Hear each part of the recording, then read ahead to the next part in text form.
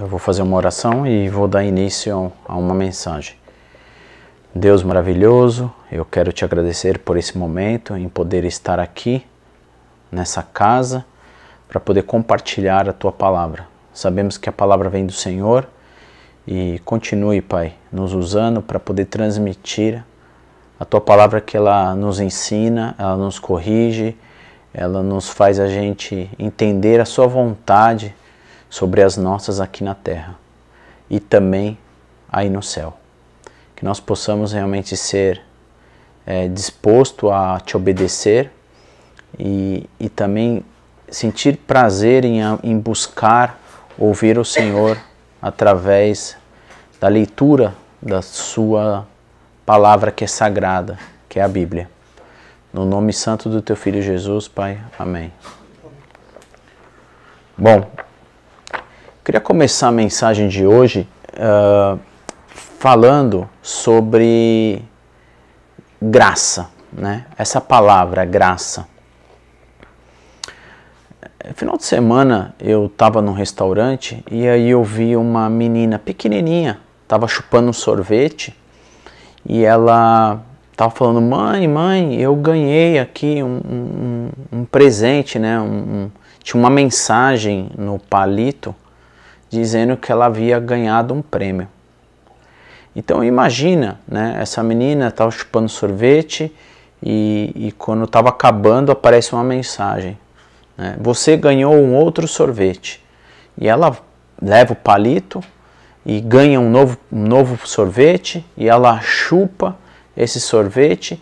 Aí ela ganha um carro, né? Ela vai poder ir até a fábrica de sorvete e ela vai pegar o carro e dentro desse carro, dentro do banco tem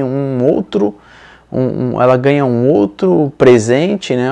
Ela ganha uma casa, aí ela chega dentro dessa casa, essa casa já está imobiliada e quando ela abre a casa, ela ganha uma outra casa no campo.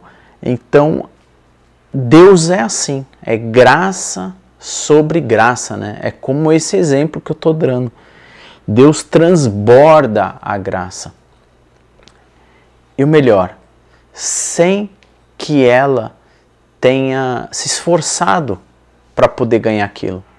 Ela não fez nenhum trabalho, nem nada. Eu estou contando essa história, uma história paralela, mas é assim que Deus tem. Deus dá as coisas para a gente de graça, sem que a gente merecesse, né? E o maior presente que Deus pôde dar é poder sacrificar o seu Filho a nosso favor. João capítulo 1, né, tem uma história que começa assim, né? João capítulo 1, na verdade, versículo 1, ele fala: antes de existir qualquer outra coisa, a palavra já existia. A palavra estava com Deus e a palavra era Deus.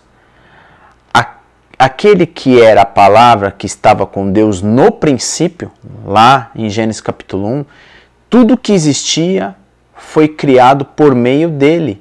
Não existia nada que não tenha sido feito por ele. Nele estava a vida, e a vida era a luz para os homens. A luz brilha na escuridão, e a escuridão não pode apagá-la. Havia um homem chamado João, que tinha sido enviado por Deus. Ele veio para falar a respeito da luz, para que por meio dele todos os homens possam crer na luz. João não era a luz, ele veio para falar da luz. Aquele que era a luz verdadeira estava vindo para o mundo. A luz verdadeira ilumina todos os homens. Ele estava no mundo. O mundo foi feito por meio dele, mas o mundo não o conheceu. Ele veio para o mundo, para o que era seu, mas o próprio povo não recebeu.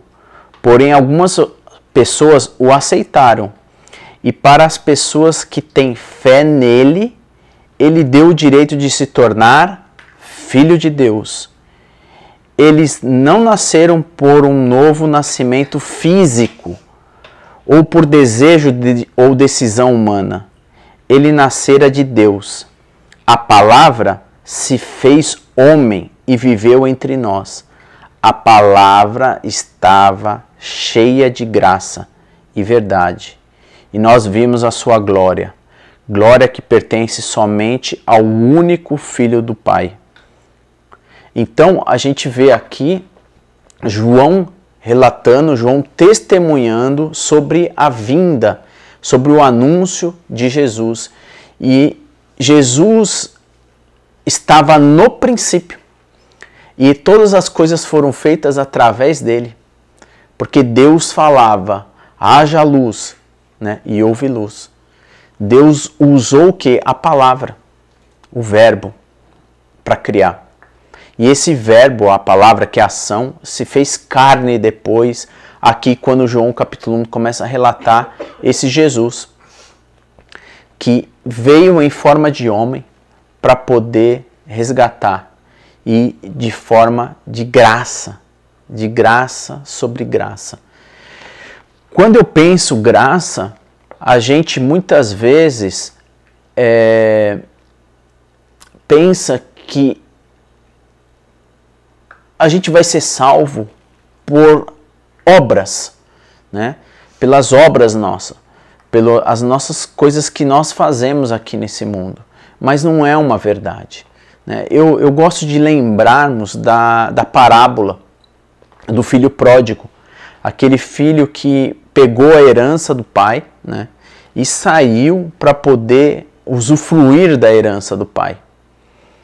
E ele vai para uma terra muito distante, né, o pai fica triste, porque pegar uma herança em vida realmente é como se estivesse matando o pai, porque herança só recebe quando quando os pais partem. E ele faz isso em vida.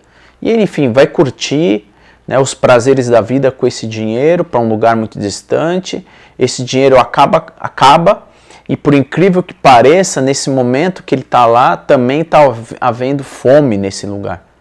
Então esse filho passa por um momento muito difícil e ele lembra, poxa, eu estou aqui comendo comida de porcos, enfim, eu poderia estar voltando e pelo menos desejar ser um filho, né, um empregado do meu pai. Pelo menos eles tinham, né, comida e tudo mais. Essa é a parábola. E o filho então decide voltar para o pai, né? Voltar falando, eu vou me arrepender, eu vou pedir para o meu pai me aceitar para ser pelo menos empregado para poder ter o que comer. E aí ele decide então voltar, e quando ele avista o pai, ele corre e vão de encontro, e o pai recebe ele de braços abertos, né?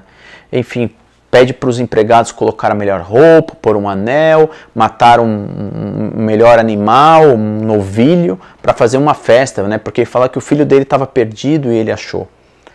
Mas a história, né, dessa parábola está muito ligado, não só que Deus, na figura de pai, tá para receber os filhos que se perdem, mas sim um outro filho que existia. Existia um outro filho também nessa parábola que Jesus menciona, que é extremamente importante.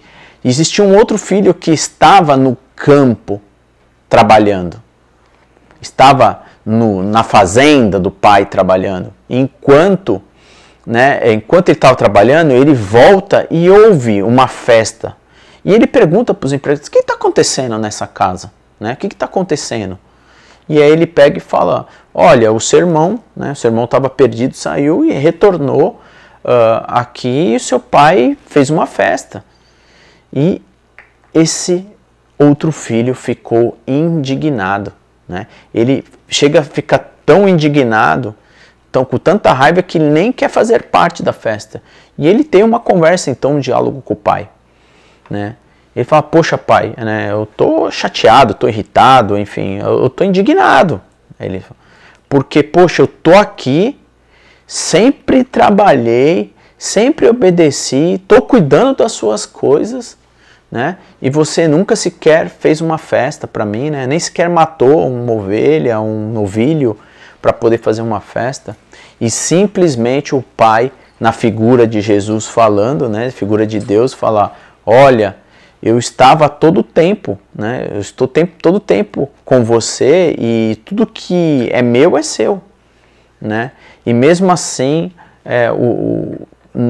o filho não reconheceu, né? Não entendeu. E o que Deus quer dizer com essa palavra? O que Jesus queria ensinar com isso? É que não é a obra, não é o trabalho. Muitas vezes a gente está perto, né, fisicamente de Deus, ou vai para a igreja fisicamente a um prédio, mas o nosso coração está longe, né? Jesus até adverte muito os religiosos da época, né? O Paulo cita muito as igrejas da Galácia, né, em Gálatas, que o povo judeu que queria seguir a Velho Testamento, né, muitas vezes era hipócrita, né? Ele chama, adverte, e Jesus também fala sobre isso, né? Louvo com meus lábios, mas o coração está longe, né? Deus fala muito sobre o coração. Então, o que a gente tem que se preocupar é que talvez muitas vezes a gente quer trabalhar, a gente quer mostrar, a gente quer se justificar uma coisa por Deus com as nossas próprias mãos, com as nossas próprias forças, né, dizendo e se sentindo merecedor de algo. E que, na verdade, Deus simplesmente se agrada da gente por um coração puro e por graça, né? Ele salva a gente de graça. A prova tão grande é que todos os dias, quando Ele dá uma nova oportunidade de vida, Ele faz o sol sobre justos e injustos, Ele faz chover sobre também aquele que está dentro de um presídio ou não, né? Esse amor dele é gigante, é grande. Ele quer que essa graça seja alcançada, todos alcancem essa graça. Então não é sobre os nossos méritos, né? Sobre aquilo que a gente faz que vai fazer com que a gente esteja com Ele, mas e sim é sobre Ele, né? Toda essa história é por Ele, é para Ele, é por Ele, que é através dele, na verdade, que a gente vai ter a salvação. Então a gente precisa estar conectado com Ele, conectado com a fonte, né? Sempre fazendo com que a nossa mente se renove todos os dias, né? Deus fala para a gente se renovar a nossa mente. O arrependimento, né, nosso não é um remorso, mas sim é a metanoia, é mudança de pensamento, é mudança de rota, né? Então a gente tem que sempre lembrar que, se a gente vê também as parábolas, né, tem a parábola do jovem rico, né, ele fala, depois ele continua, ele fala que é impossível um homem entrar no reino de Deus, né? Pedro até questiona ele fala, mas Deus pode fazer o impossível, é através dele, através do sangue de Jesus Cristo que pode nos purificar. E o maior milagre que Deus pôde fazer, que Jesus pôde fazer, foi quando ele ressuscitou e não quando ele curou.